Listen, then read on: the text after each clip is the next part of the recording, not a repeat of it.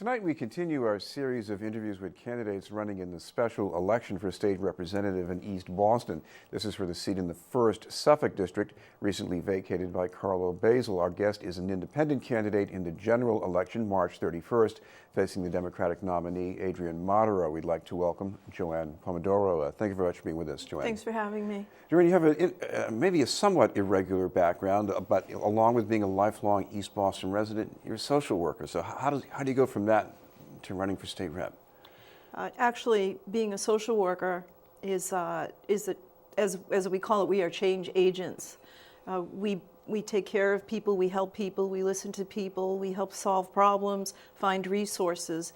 And as a social worker, I would do the same thing as a state rep in a larger scale with finding funding and helping more underprivileged or underserved people in our community get the things they need.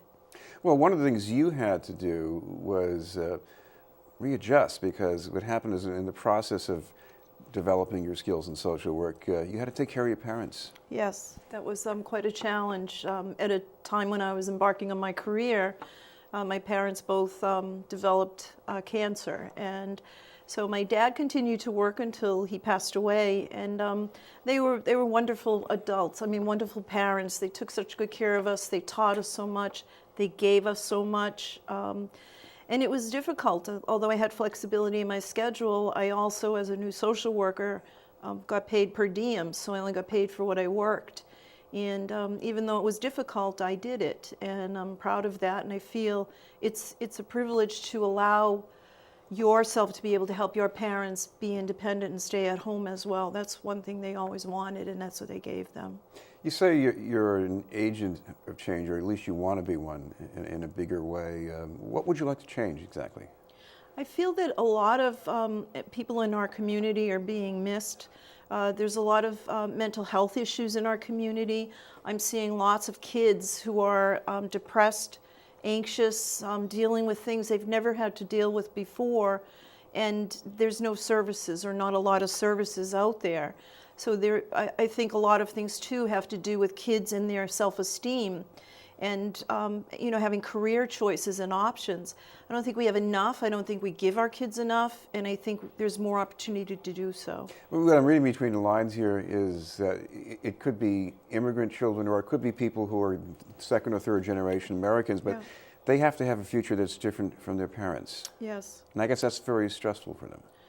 Not only a future, but they're responsible to almost help their parents in some way, because some parents aren't working. Some people are out of jobs. This financial stress on a family and the burden is becoming increasingly difficult with the way that our communities are going. I mean, taxes are going up, services are going up, and there's really no respite for that. A lot of concern in East Boston these days about the housing market. It's nice to see something new going up, especially along the waterfront, but prices are going up too. So what would you do about that as a state rep? That's one of my biggest concerns, is that living in East Boston, a lot of us would like to stay in East Boston, and being on the other end of the age paradigm here, a lot of them can't afford to stay there.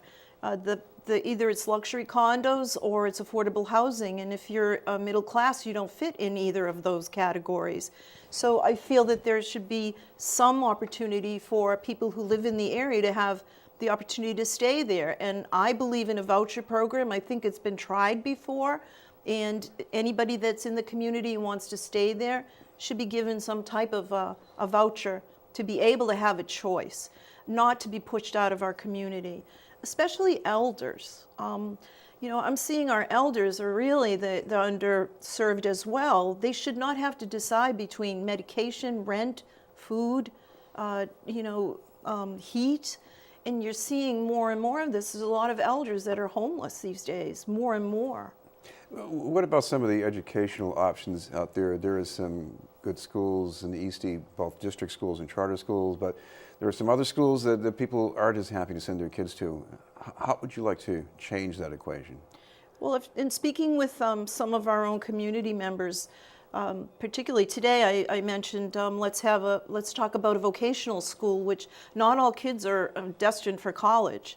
And we don't have that in our area. They have to go outside to other communities to do that. Why can't we have a vocational school or have one of our schools transposed into a vocational school to answer that need?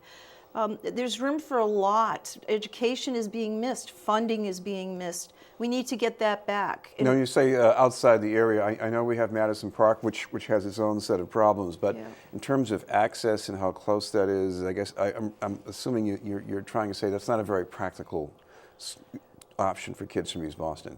Well, it's not just within within Boston area, but some have to go to Wakefield, and you're on a waiting list for that vocational school if they get in at all.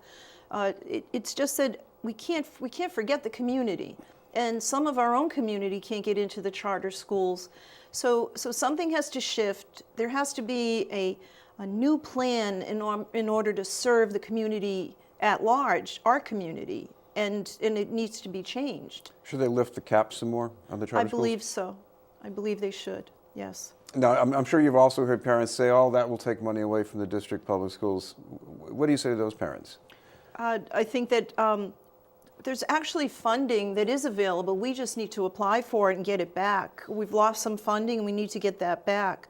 But there are other opportunities to do that, and we need to explore them. And I just think being someone new, being someone fresh, but also knowing the problems, because I hear them every day, I have an opportunity to make change and understand what they're talking about. I want to ask about the choices on the ballot here, because we have had the Democratic nominee on before he made his pitch for himself. But people say, well, you could have run as a member of one party or the other. So why did you run as an independent? Well, when I first registered to vote, I was an independent. When I think it was 18, I think back then. I wanted to run as an independent because I didn't want to be dedicated to one party or another. I wanted the choice to vote for the cause or what they stood for, not a political party. Now, the other thing, of course, is that almost everything up in the State House gets done by people in parties, either a Democratic or a Republican party. So how are you going to be effective unless you're sort of combining with one or the other of those? Well, that's a good question, and I will figure that out when I get there. But however, I want to let you know that I am an advocate. I know how to do that. I'm a good communicator. I believe that I can affect change and make the decisions that need to, but I'm not dedicated to any one party, and I think that brings me a more objective, reasonable, rational viewpoint.